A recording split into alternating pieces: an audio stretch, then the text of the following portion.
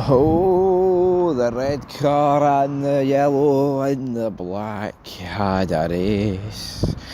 Not quite the Milky Bar kid, but the race. You know what I mean, folks, you know what I mean. Anyway, welcome back to Fog Racing on this very sombre, alright, Thursday afternoon. And it's that time when, we're whipping out that time when's like they're going out of fashion. But anyway, let's talk about it. The United States Grand Prix 2005, the drama.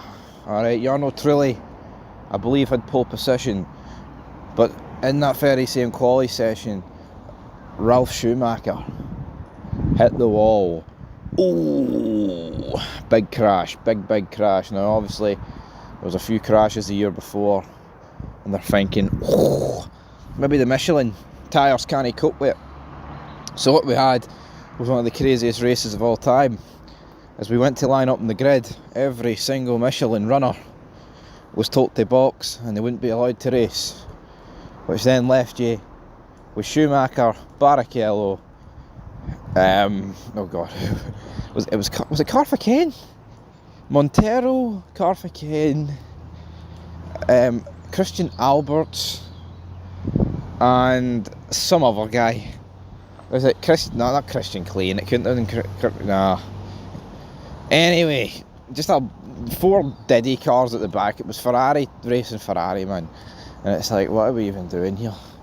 Do not understand this in the slightest. But what I think the crazy thing about this race is, it's like, if you told someone that only 6 cars finished, and it was a Ferrari 1-2, leading home, 2 Jordans, and a Minardi, or 2 Minardis, and Montero got a podium, you'd have been like, that had to be the craziest fucking race of all time.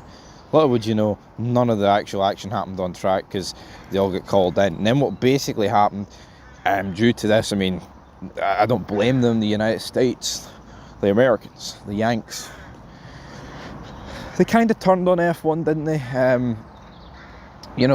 I can't say I blame them.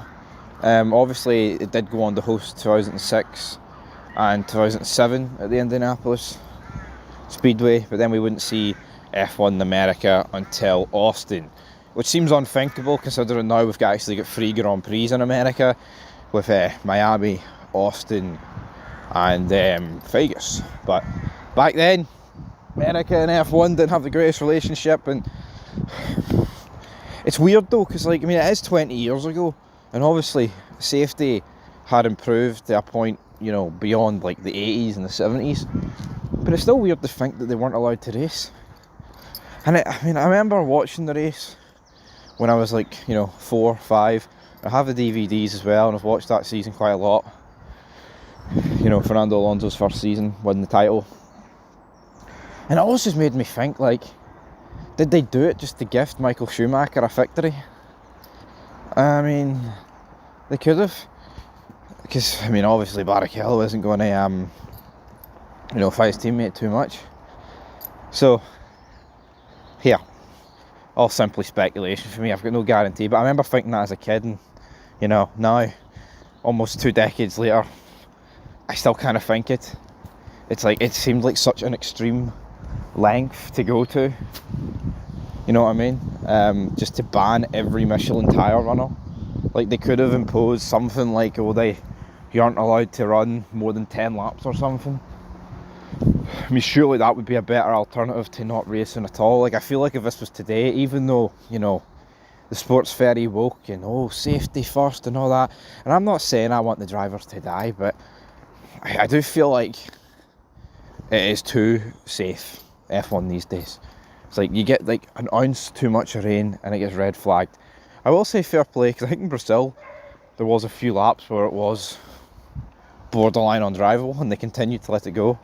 But for me, I've always had that in the back of my head that did they do it just to give Ferrari a win? Because if you're not familiar, 2005 Ferrari was not very good until they released the B-Spec earlier in that year. But yeah, very poor year for Ferrari, and of course Fernando Alonso stopped the juggernaut that season. Anyway, folks, leave your thoughts down below, and until next time, that's Big Stevie Cool here on Fog Racing, sign it out.